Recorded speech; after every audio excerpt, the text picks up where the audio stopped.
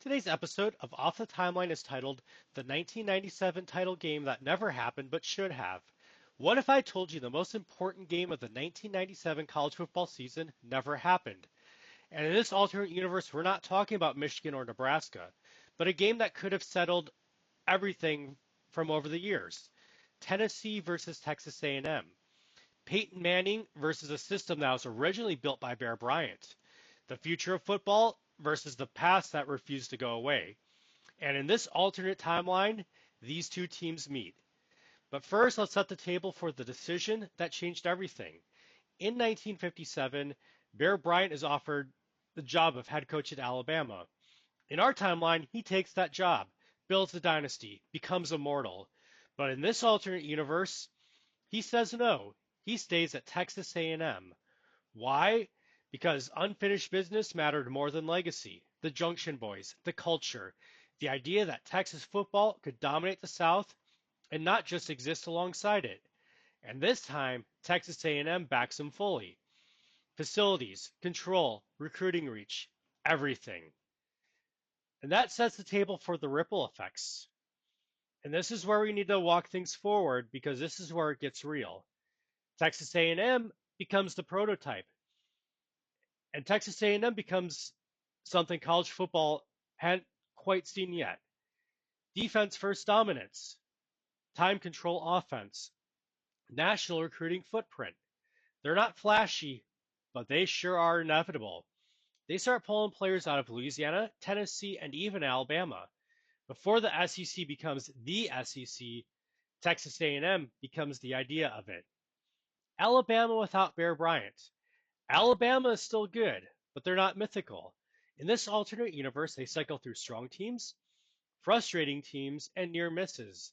They become a program that's respected, not one that's feared.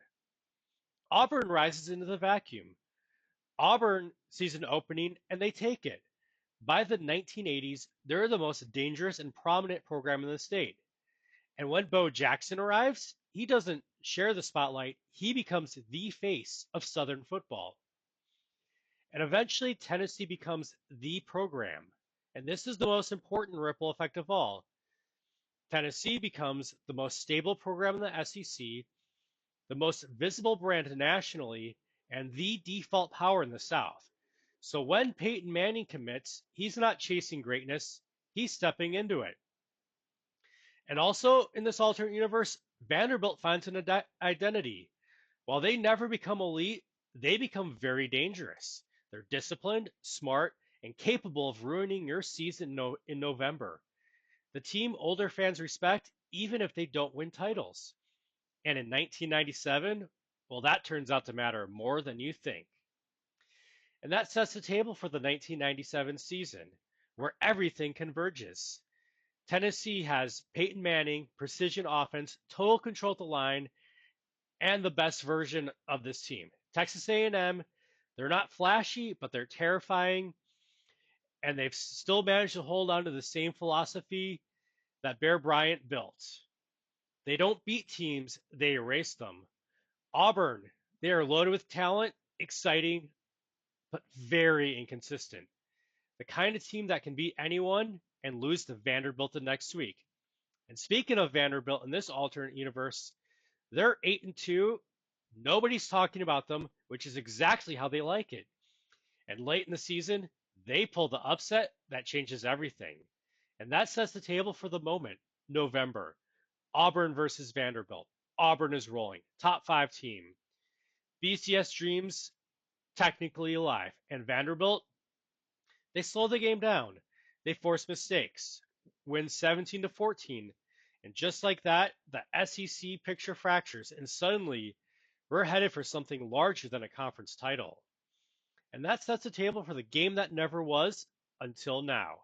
January 1998. The Cotton Bowl becomes something else entirely.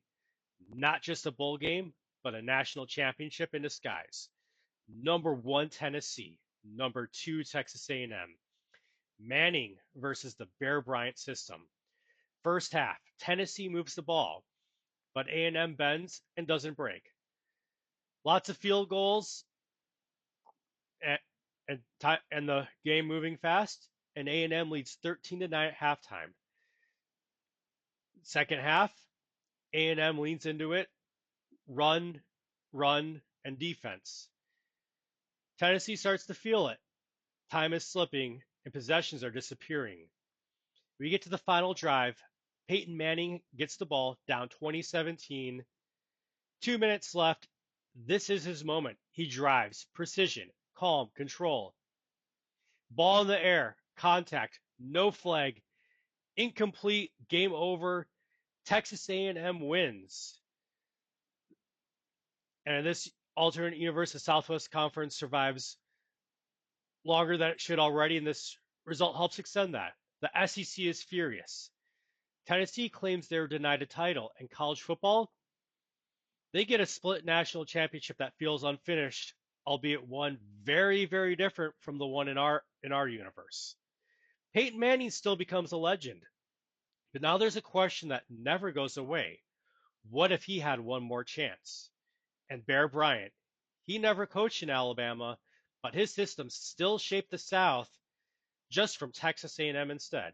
And if you enjoyed this college football what if, hit like, subscribe, and drop a comment. Who really deserved this 1997 title in this alternate universe? And what alternate universes should we explore next? Because in college football, history is just one decision away from being completely different.